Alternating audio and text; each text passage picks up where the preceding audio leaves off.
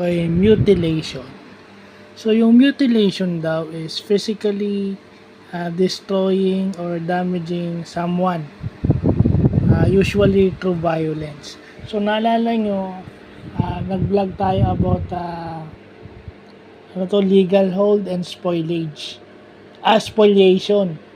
Legal hold at saka spoliation. Isa sa definition ng spoliation is mutilation of evidence. So, kung ipapasok natin yung mutilation of evidence is totally destroying yung evidence. Usually, pag document yan, sinusunog para walang bakas. Diba? Or totally kinakrush yung paper, kinakrampled or yung idinadaan sa paper shredder para totally ma-eliminate yung document. Yan, di ba? Alam niyo yung paper shredder, di ba? Pag dinaan sa paper shredder, yung totally wala na yung evidence. Or sinusunog yung evidence. So, yun yung mga natutunan natin na word, no? Sa law, yung mutilation is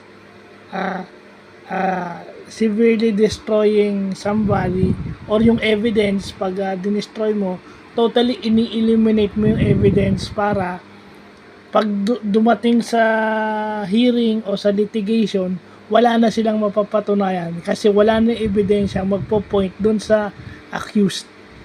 Okay? At minsan, ganun yung ginagawa ng mga, alam mo na, hindi lang sa ibang bansa, lalo na dito sa Pinas, usong-uso yan.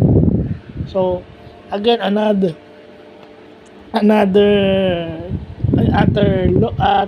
term sa law na dapat nating matutunan. General term to, hindi porket hindi ka lawyer o hindi ka law student is hindi mo to pinag-aaralan. Di ba? It's a must, it's an imperative na dapat pag-aralan natin to. So, yun lang pa.